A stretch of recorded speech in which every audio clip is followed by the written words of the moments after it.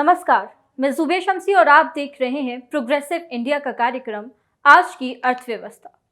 चलिए आज के इस कार्यक्रम में जानते हैं कि कैसे एक करप्ट फैमिली पूरे देश को भ्रष्ट कर सकती है। आइए जानते हैं कि क्या एक पॉलिटिकल पार्टी पूरे देश को भ्रष्ट कर सकती है। साथ ही ये भी जानते हैं कि भारत श्रीलंका से क्या सीख सकता है। क्या नेपोटिज्म पूरे देश की अर्थव्यवस्था को लेकर डूब सकता है। आइए श्रीलंका की ओर नजर डालते हैं, जिसे वर्ल्ड बैंक ने साउथ एशिया की बेस्ट इकोनॉमी डिक्लेयर कर दिया था, जो आज फाइनेंशियल क्राइसिस से गुजर रहा है। बात हो रही है राजपक्षे फैमिली की, जिनके एक दो नहीं बल्कि परिवार के 9 सदस्य सरकार चला रहे हैं। श्रीलंका के टोटल बजट का 75% पैसा इन्हीं के अंडर आता है। कैसे, समझते हैं। महिंदा राजपक्षे 2005 से 2015 तक श्रीलंका के प्रेसिडेंट रह चुके हैं। इनके शासनकाल में श्रीलंका ने चाइना से बहुत फंडिंग उठाई। हम्बनटोटा पोर्ट, लोटस टावर के लिए महिंदा ने कथित तौर पर बहुत पैसे खाए। साल 2005 में महिंदा राजपक्षे देश के राष्ट्रपति चुने गए। इसके बाद राजपक्षे परिवार के लोग सत्ता के महत्वपूर्ण पदों पर काबिज हो गए। महिंदा राजपक्षे ने अपने छोटे भाई और तत्कालीन राष्ट्रपति गोटाबाया राजपक्षे को डिफेंस सेक्रेटरी नियुक्त कर दिया। उन्होंने अपने एक और छोटे भाई बासिल राजपक्षे को राष्ट्रपति का मुख्य सलाहकार नियुक्त किया। आज गोटाबाया राजपक्षे श्रीलंका के राष्ट्रपति हैं, जिन्होंने खुद राष्ट्रपति बनते ही अपने बड़े भाई महिंदा राजपक्षे को प्रधानमंत्री बना दिया। महिंदा राजपक्षे के बेटे नमल राजपक्षे स्पोर्ट्स मिनिस्टर हैं। इन्हें पहले जेल भी हो चुकी है। चमल राजपक्षे कृषि मंत्री हैं। आपको बता दें कि श्रीलंका की इकोनॉमी में चाय, रबर और कोकोनट काफी मायने रखते हैं।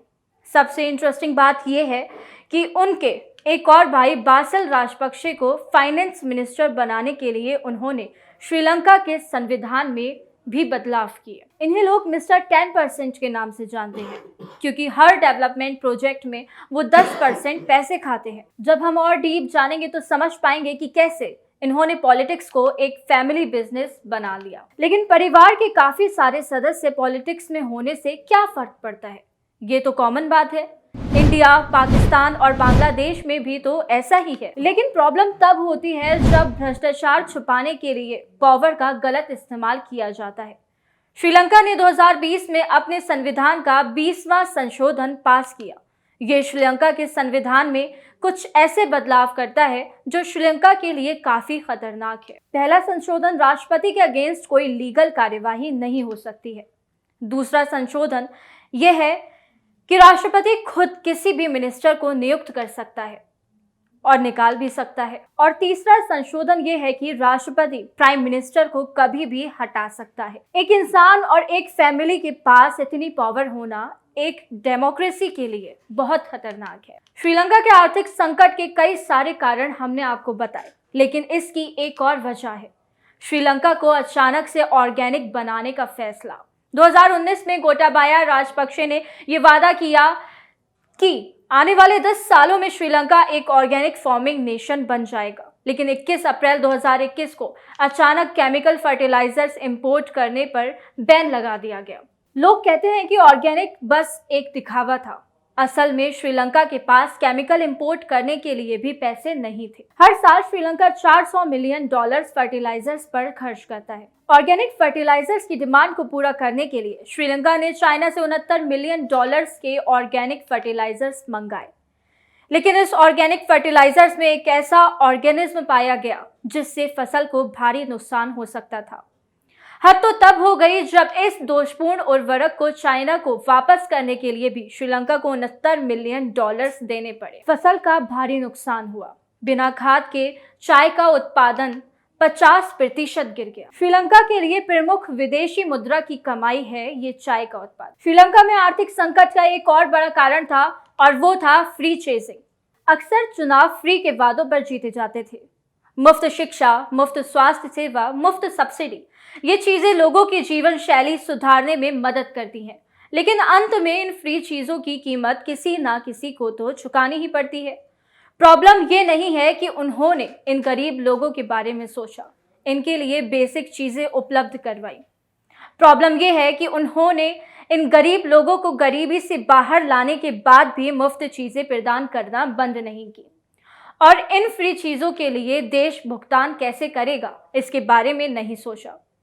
नतीजे के रूप में श्रीलंका ने 16 बार IMF यानी इंटरनेशनल मॉनेटरी फंड से मदद मांगी। केवल एक ही देश ऐसा है जिसने श्रीलंका से ज्यादा IMF की मदद ली है, और वो है पाकिस्तान। लेकिन ये सारी कहानी भारत के लिए जानना क्यों महत्वपूर्ण है? क्योंकि भारत की स्टेट्स में भी उधार की किल्लत हो सकती है। इलेक्शन जीतने के लिए पॉलिटिकल पार्टीज ये मुफ्त का ऑफर करती हैं, हमें वोट दोगे तो फ्री में चीजें मिलेंगी। कई स्टेट्स फ्री में बिजली, फ्री टैबलेट और फ्री मोबाइल फोन देने का वादा करते हैं, लेकिन ये फ्री का सामान आता कहां से है? इसका बिल पे करता कौन है? राजनेता? बिल्कुल नहीं, हम लोग। आज के समय में स्टेट्स गवर्नमेंट के पैसे कमाने के तरीके सीमित है। स्टेट्स को खुद पैसे कमाने के तरीके ढूंढने होंगे। तो हमने श्रीलंका से क्या सीखा? एक परिवार के पास बहुत ज्यादा समय तक बहुत ज्यादा पावर होती है, तो वो अपनी पावर का गलत इस्तेमाल कर सकते हैं। फ्री चीजों के लालच से लोगों को वोट देना कम करना होगा। किसी के पास अलादीन का चिराग नहीं होता जो 3 बार घिसा और मुफ्त की चीजें निकल आई। तो इसका भुगतान कभी ना कभी हमें ही करना पड़ता है, और साथ ही इंटरेस्ट भी चुकाना पड़ता है। अगर आपको वीडियो अच्छा लगा हो तो इसे लाइक करें और चैनल को सब्सक्राइब करें। धन्यवाद।